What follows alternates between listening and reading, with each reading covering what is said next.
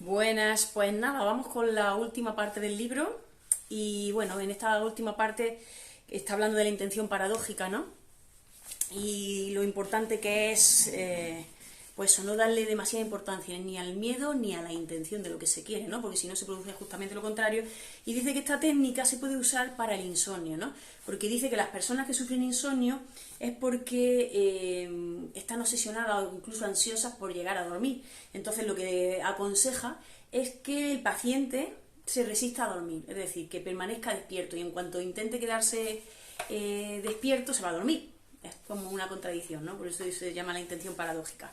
Y dice que esta técnica se puede usar para situaciones obsesivas, compulsivas y fóbicas, y en especial cuando subyace la ansiedad anticipatoria. Dice que esta técnica tiene efectos a corto plazo y que se le ha criticado que no tiene efectos a largo plazo. Sin embargo, él dice que sí que lo tiene y que conoce a un hombre incluso que ha estado con los efectos de esta técnica más de 20 años, con lo cual sí está probada su eficacia, ¿no?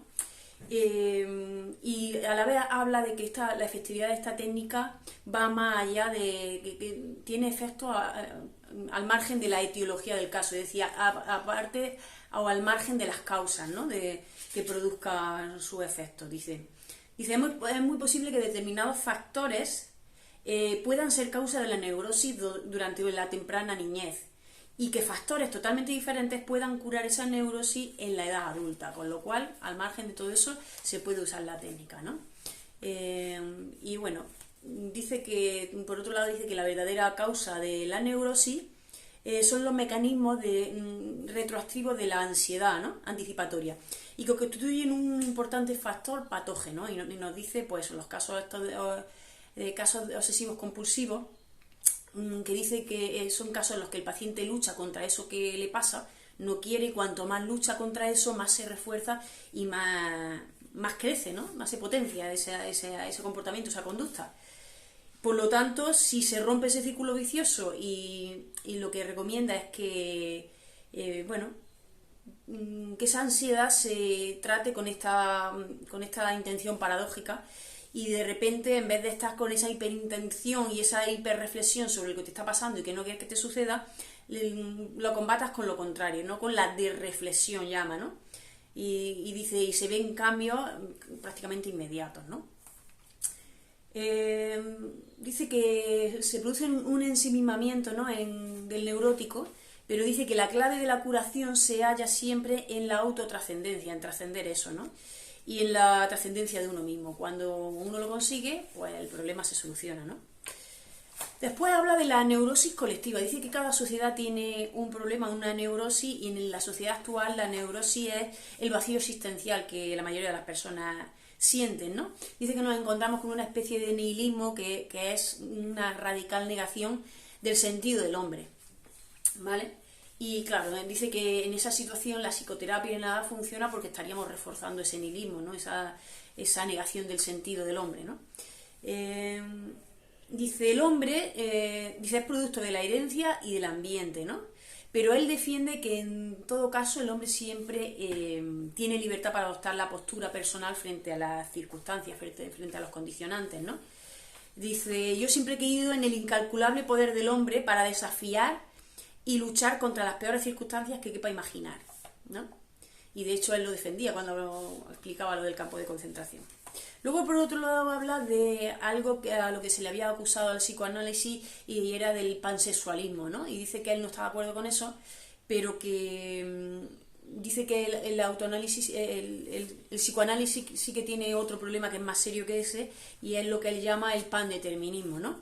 Y es que ven al hombre como algo que no tiene la capacidad de asumir posturas personales ante las circunstancias, ¿no? Sean las que sean. Y claro, es como limitar al hombre de toda su capacidad de libertad, ¿no? Y de decidir. Sin embargo, el autor defiende que el hombre siempre tiene la capacidad de decidir ante las circunstancias, ya sean adversas o favorables, ¿no? Pero siempre tienen la capacidad de decidir, ¿no? Dice, todo ser humano posee la libertad de cambiar en cada instante, ¿no? Y él dice, tú puedes predecir cómo funciona la psique de una persona, pero cada persona en cada momento puede cambiar inmediatamente, con lo cual es totalmente impredecible. Y por eso habla del doctor J, como lo llamo aquí, que era un hombre súper diabólico que estuvo en una clínica austria ejerciendo el derecho ¿cómo se llama esto? Se me ha ido. Bueno, que mataba a las personas porque los nazis impusieron la eutanasia. Y ejercía, dice, parecía un ser casi diabólico y mataba a todo el que no le convenía, ¿no? Y bueno, dejó de tener contacto de este hombre, pero al cabo de unos años otra persona le habló de él y le dijo que había muerto en Lubyanka, y que lo definía como el mejor amigo, el mejor compañero que había tenido, con lo cual esta es una muestra evidente de cómo cambia el comportamiento humano, ¿no? Se había convertido a ser el mejor compañero y el mejor amigo, ¿no? Por lo tanto, lo que viene a decirnos es que el hombre es más que una máquina, más que una psique, es mucho más que todo eso y es impredecible, ¿no? Dice, o bien se reconoce la libertad del hombre a favor o en contra de Dios, a favor o en contra de los hombres, o toda religión es un espejismo y toda educación una ilusión. Ambas presuponen la libertad del hombre. Es decir, son como los pilares, la libertad es como uno de los pilares. Pero claro, dice, la libertad tiene una segunda cara, ¿no? Dice, pues la libertad es una parte de la historia, pero la otra mitad, falta la otra mitad de la verdad.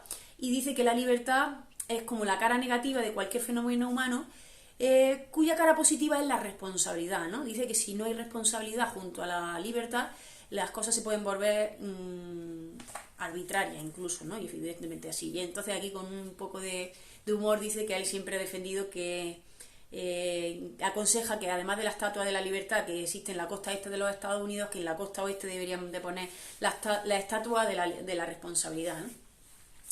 Y bueno, el siguiente apartado se llama el credo psiquiátrico, y esto no es más que la concepción que él tiene, que dice que no es concebible una situación que condicione al hombre de tal modo que lo prive de la mínima libertad.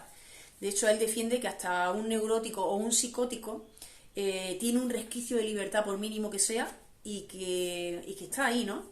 Y ha hablado un caso de un paciente que llegó a su consulta que no estaba bien, pero cuando le decía a su hermana que se controlaba antes de estallar y de explotar, ¿no? Y le preguntó que cómo lo hacía, en qué se basaba para hacerlo, y decía, lo hago por Dios, ¿no? Y entonces se dio cuenta de que sus creencias religiosas le hacían controlarse, con lo cual tenía cierta libertad para controlarse. Y dice, un psicótico incurable quizás pierda la capacidad de ser útil, pero conserva la dignidad de ser humano, ¿no? Siempre hay un mínimo resquicio de libertad que lo hace digno, ¿no? Si el paciente fuera solo eso, solo una máquina que no se controla a sí mismo, dice, estaría plenamente justificada la eutanasia, ¿no? O al menos así como él lo ve, ¿no? Y para terminar, el libro habla de la psiquiatría rehumanizada, ¿no? Dice que durante mucho tiempo la mente humana se ha considerado como un mero mecanismo y que la terapia de la enfermedad mental se ha aplicado como si fuera meramente una técnica, ¿no? Sin embargo, dice que los tiempos en los que se ha venido haciendo eso ya han terminado y que la tendencia, el nuevo horizonte que se plantea es una psiquiatría humanizada, ¿no? Donde se tenga en cuenta al hombre, a la persona en general. Dice, los médicos que persisten en desempeñar su papel clínico como técnicos deberían reconocer que estudian a sus pacientes como máquinas, prescindiendo del ser humano que se esconde detrás de la enfermedad. Dice, el ser humano no es un objeto más entre otros. Las cosas se determinan una a otra, dice, pero el hombre, en última instancia, es su propio determinante. Lo que alcance a ser tiene que construirlo él mismo, ¿no? Aquí es que es como recuperar toda la responsabilidad, toda la libertad del ser humano. Y de hecho dice que mientras que él estuvo en el campo de concentración, había pruebas más que evidentes, ¿no? Había personas de allí que se comportaban como cerdos y otros que se comportaron como santos, ¿no? Con lo cual, evidentemente, cada ser humano decide cómo reaccionar ante las mismas circunstancias, por muy adversas que sean, ¿no? Dice, de sus decisiones y no tanto de sus condiciones depende cuál de los dos sale a la luz, la parte del cerdo o la parte del santo, ¿no? Y para terminar, acaba con una frase que dice, el hombre es ese ser capaz de inventar las cámaras de gas de Auschwitz, pero también es el ser que ha entrado en esas mismas cámaras con la cabeza erguida y con el Padre Nuestro o el Shema Israel en los labios. Es decir, somos libres, no nos podemos anclar a las decisiones que nos han tocado vivir, no nos podemos victimizar, porque tenemos esa capacidad de decisión, esa responsabilidad y esa libertad para hacer de nuestra vida lo que queramos hacer con ella. Así que nada, se acabó este libro, vamos a por otro y a seguir aprendiendo. Hasta luego.